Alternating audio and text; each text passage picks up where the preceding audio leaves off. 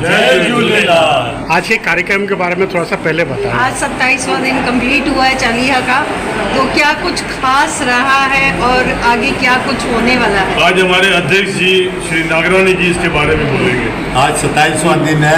मैं तो बता रहा हूँ, जैसे आप कह रहे हो खास, इतने दिनों से खास ही खास हो रहा है और आज तो हमारे भाई साहब जी का खास दिन था, इसीलिए और ज़बरदस्त प्रोग्राम हुआ। हमारे बेलानी जी की तरफ से था आज प्रोग्राम, इसी वजह से बहुत मज़ेदार रहा और बाकी आने देने वालों में तो और भी मज़ेदार होता रहेगा, क्योंकि अब दिन कम से कम रहेंगे तो प्रोग्राम ज़्यादा बढ़िया बन चलता है। इसके सिवा मैं और कुछ नहीं कह सकता। जय झूलेलाल। जय झूलेलाल। आपने आज बहुत आनंद लिया भजन कीर्तन में, बड़े दिनों बाद लिया है। मैं अपने आप को बहुत लकी मानती हूँ कि मैं पहुँच पाई और मेरा बहुत मन था, मैं खास इसी के लिए इंडिया वापस आई कि मैं ये अटेंड कर सकूं। So all credit goes to the full team. और ये लोग जो कर रहे हैं सिंधी सभ्यता के लिए, सिंधी समाज के लिए, I really hats off to them. आप क्या बोलेंगे? ये एक बहुत अच्छा ग्राउंड है कि सिंधी कम्युनिटी को प्रमोट करने के लिए, जो कि अभी एक कम होती जा रही है, तो एक सिंधी लोगों को जागृत करने के लिए एक बहुत अच्छा। और यहाँ पे तो इतनी चैरिटी होती है, सिंधीज़ का मैट्रिमोनियल, औरों के ऊपर कमरे हैं जो ज़रूरतमंद लोग हैं, ज़रूरी नहीं सिंधी होना चाहिए, सबके लिए कार्य कर रहे हैं ये समाज वाले। मैं पूरा इसका क्रेडिट इनको और ये अध्यक्ष जी को देता हूँ, सेक्रेटरी जी को देता हूँ, हैं तो साथ पूरी टीम हमारे साथ, हमारी पूरी टीम जो भाई लीड साहब, कर एक रहे विषय हैं। और बता दीजिए कि विभाजन विभीषिका दिवस 14 तारीख को जो यहाँ हो रहा है, लेकिन जिस तरह की परिस्थितियों को झेल के आप लोग इंडिया आए, आपके पूर्वज आए, आज वैसी ही परिस्थिति बांग्लादेश में हो गई है। लेकिन बांग्लादेश को लेकर के जिस तरह की खामोशी और चुप्पी दिख रही है, क्या कहना चाहेंगे पूरा विस्तार? देखिए, ये बहुत ही मतलब एक अफसोसजनक बात है कि वहाँ गाज़ा पट्टी में कुछ होता है, उसमें हमारे जो खास करके अपोजिशन के नेता हैं, मैं किसी पार्टी को नहीं कहूँगा या बस एक बहुत, उसमें तो वो बहुत शोर शराबा पार्लियामेंट में हंगामा मचाते हैं और मतलब कि एक चलने नहीं देते सांसद।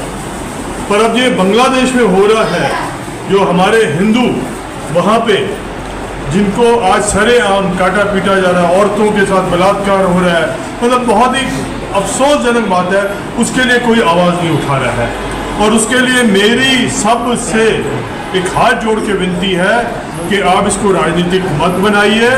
आप ये एक हिंदू, मैं एक सवाल पूछता हूँ सबसे कि हिंदू, जैन, सिख, इनके लिए दुनिया में बता दिए कौन सा मुल्क है? आपसे सबसे, आप मीडिया के लोग हैं, आपसे मैं पूछता हूँ एक सवाल।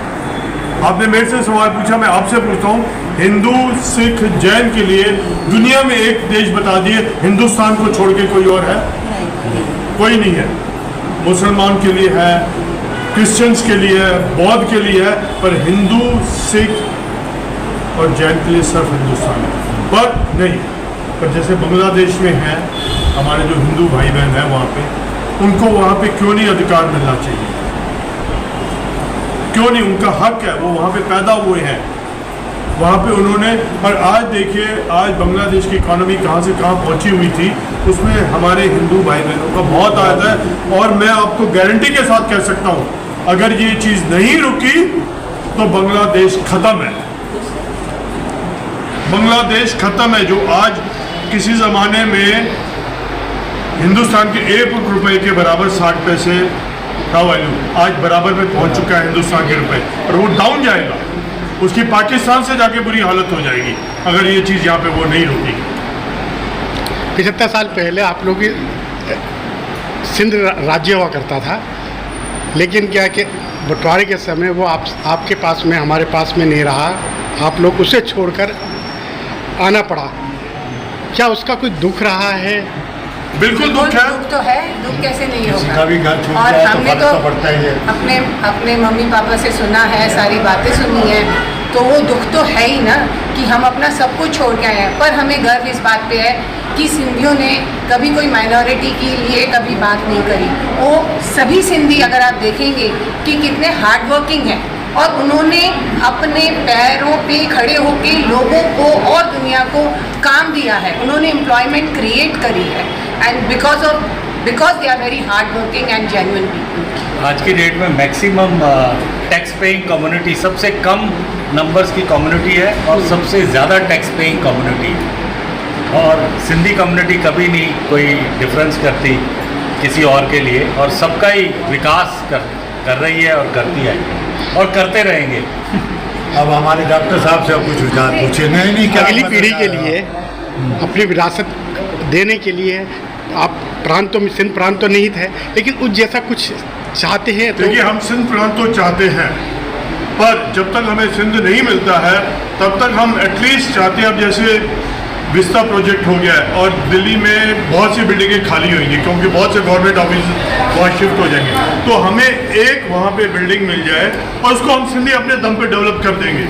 और मैं इतना जानता हूँ, अगर वो हमारे को मिलती है हम उसको ऐसा डेवलप करके दिखाएंगे कि सारी दुनिया दूर दूर से लोग उसको देखने को आएंगे। ये मैं गारंटी के साथ कह सकता हूँ। सिर्फ हमें जगह चाहिए वो, और हमें उम्मीद है कि गवर्नमेंट हमें वो जगह देगी।